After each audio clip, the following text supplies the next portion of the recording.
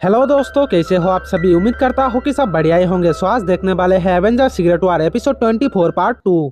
तो जैसे कि पार्ट 1 पर हमने देखा था कि बाइफ्रोस्ट को चालू करने के लिए उसे सही जगह पर ले जाने की जरूरत थी। एवेंजर जब बाइफ्रोस्ट को उसके सही जगह पर ले जाने लगी थी तब बियॉन्डर, एरिस और घोस्ट राइडर सेना एवेंजर्स पर हमला कर दिया था और उस बाइफ्रोस्ट को तबाह करने की कोशिश की थी। फिर बियॉन्डर एवेंजर्स को रोककर टोनी को बुरी तरह से पीटा था, साथ ही वो उसके आर्मर भी तबाह कर दिया था। इसके बाद बियॉन्डर एरिस को बाइफ्रोस्ट को तबाह करने का हुक्म दिया था, पर जैसे ही एरिस बाइफ्रोस्ट को तबाह करने गई थी वो देखा था कि वहाँ पर तो बाइफ्रोस्ट था ही नहीं। बाइफ्रोस्ट की जगह पर तो वहाँ एंटमैन के कप रखा हुआ था। ये देखकर बियॉन्डर और एरिस हैरान हो गए थे कि अगर बाइफ्रोस्ट वहाँ पर नहीं है तो वो है कहाँ पर। और इसी के साथ इस एपिसोड के पार्ट 1 वो ही खत्म हो गए थे। फिर उसके बाद क्या हुआ वो हम आज का इस पार्ट 2 पर देखेंगे, तो मेरे साथ पार्ट 2 के अंत तक बने रहना। और हाँ, अगर आप लोग पार्ट 1 नहीं देखे हो तो उसका लिंक में डिस्क्रिप्शन पर दे दिया है। तो अब बढ़ते हैं पार्ट 2 की तरफ। तो पार्ट 2 के शुरुआत में टोनी बियॉन्डर से कहता है कि बाइफ्रोस्ट को जहाँ ले जाने की जरूरत थी वो अब शायद वहाँ पहुँच चुकी है, अब मेरी बारी है वहाँ पहुँचने की। और इतना कहकर टोनी अपने सूट को अपग्रेड कर लेता है और वहाँ से बाइफ्रोस्ट की तरफ निकल जाता है। बियॉन्डर भी एरिस को छोड़कर टोनी का पीछा करने लगता है और यहाँ पर एरिस को रोकने के लिए बाकी के एवेंजर्स वो ही रुक जाता है। फिर हमें पता चलता है कि इतना टाइम टोनी ने बियॉन्डर के ध्यान भटका रहा था ताकि बाकी के एवेंजर्स सही सलामत बाइफ्रोस्ट को उसकी जगह पर ले जा सके। दूसरी तरफ हमें बाइफ्रोस्ट को दिखाया जाता है जिसे एंटमैन ने पीम पार्टिकल से छोटा करके बियॉन्डर से छिपाकर उस जगह पर ले आया था। फिर एंटमैन छोटा होकर बाइफ्रोस्ट से पीम पार्टिकल को निकाल देता है जिससे बाइफ्रोस्ट वापस से अपने साइज में आ जाता है।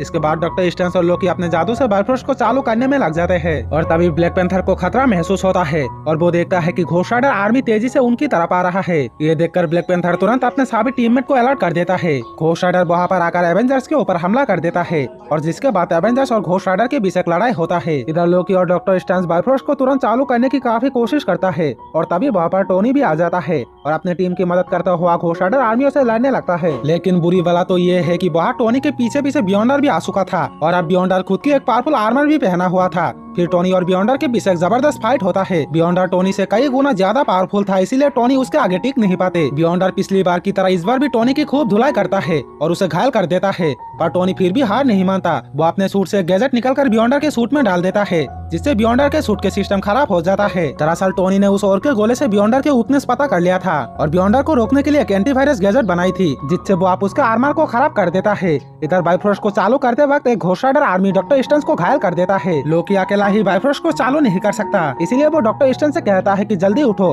हमारे पास वक्त नहीं है। जिस पर डॉक्टर स्ट्रेंज कहता है कि अब मैं नहीं कर सकता, मैं बुरी तरह से घायल हो चुकी हूँ, अब ये सारा काम तुम्हें ही करना होगा लोकी। और इतना कहकर वो अपने आयोप आगोमोटो लोकी को दे देता है। फिर लोकी अपने जादू और आयोप आगोमोटो की मदद से फाइनली बाइफ्रोस्ट को चालू करने में कामयाब हो जाता है। अब बाइफ्रोस्ट चालू हो चुका था, लेकिन अब बैटल ओल्ड को डिस्ट्रॉय करने के लिए बाइफ्रोस्ट में थॉर की लाइटिंग पावर की जरूरत थी। उधर बियॉन्डर टोनी को पीटकर उसे हरा देता है और लोकी से कहता है कि अभी भी वक्त है, मेरे साथ मिल जाओ लोकी, हम दोनों मिलकर एवेंजर्स को खत्म कर देंगे और पूरे इस दुनिया पर राज करेंगे। लेकिन लोकी मना करता हुआ बियॉन्डर से ये कहता है कि तुमने मुझे धोखा दिया है बियॉन्डर, मैं और कभी भी तुम्हारे बातों में नहीं आऊंगा और न ही तुम्हारे अंदर काम करूंगा, क्योंकि अब मैं एक एवेंजर्स बन चुका हूँ। और इतना कहकर वो बियॉन्डर पर एक जबरदस्त हमला करता है। फिर टोनी भी बियॉन्डर को खत्म करने के लिए उस पर एक जबरदस्त फायरिंग करता है। यहाँ जेन फोस्टर थॉर से कहती है कि थॉर, बाइफ्रोस्ट को तुम्हारी लाइटिंग पावर्स की जरूरत है, जल्दी अपने लाइटिंग पावर्स बाइफ्रोस्ट में डालो। पर जैसे ही थॉर अपने लाइटिंग पावर्स बाइफ्रोस्ट में डालने जाता है तभी बियॉन्डर गुस्से में फिर से उठता है और अपने एक इशारा से सभी एवेंजर्स को पकड़कर उन्हें बांध देता है, सिवाय डॉक्टर जेन फोस्टर के, क्योंकि उसके पास कोई भी पावर्स नहीं थे।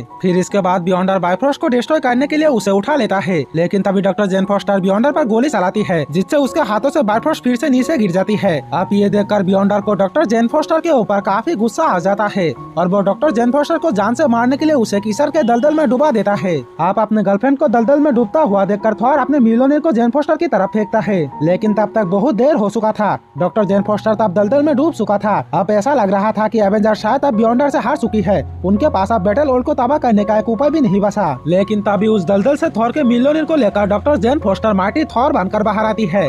ये देखकर एवेंजर्स को बैटल ओल्ड को मिटाने का एक आखिरी उम्मीद जाग जाते हैं। फिर डॉक्टर जेन फोस्टर बियॉन्डर से कहती है कि शायद तुम्हें पता नहीं है बियॉन्डर कि जो भी मिलियनेयर के वर्दी होता है उसके अंदर ही थॉर के ताकत आ जाता है। और इतना कहकर वो एक जबरदस्त थंडर अटैक बियॉन्डर पर करता है, जो अटैक बियॉन्डर से होता हुआ बाइफ्रोस्ट को छूता है, जिससे बाइफ्रोस्ट फाइनली पूरी तरह से चालू हो जाता है और देखते ही देखते वो बैटल ओल्ड के साथ साथ बियॉन्डर को भी तबाह कर देता है। और अब बैटल ओल्ड तबाह हो चुका था। सभी दुनिया और डायमेंशन अपने अपने जगह पर जा चुकी थी। बैटल ओल्ड खत्म होने पर अब सभी एवेंजर्स एसगर्ड पहुंच जाते हैं, जहां बाइफ्रोस्ट होता है। फिर सभी एवेंजर्स काफी खुश होता है क्योंकि उन्होंने आखिरकार बियॉन्डर को हरा ही दिया। थॉर कहता है कि लोकी के बिना हम कुछ भी नहीं कर सकते, वो हमारे दुश्मन होकर भी हमारी मदद की। फिर डॉक्टर स्ट्रेंज लोकी से अपने आयब आगोमोटो मांगता है, जिस पर लोकी मना करता हुआ एक इविल स्माइल करता है। और इसी के साथ ये एपिसोड यहीं पे खत्म हो जाता है।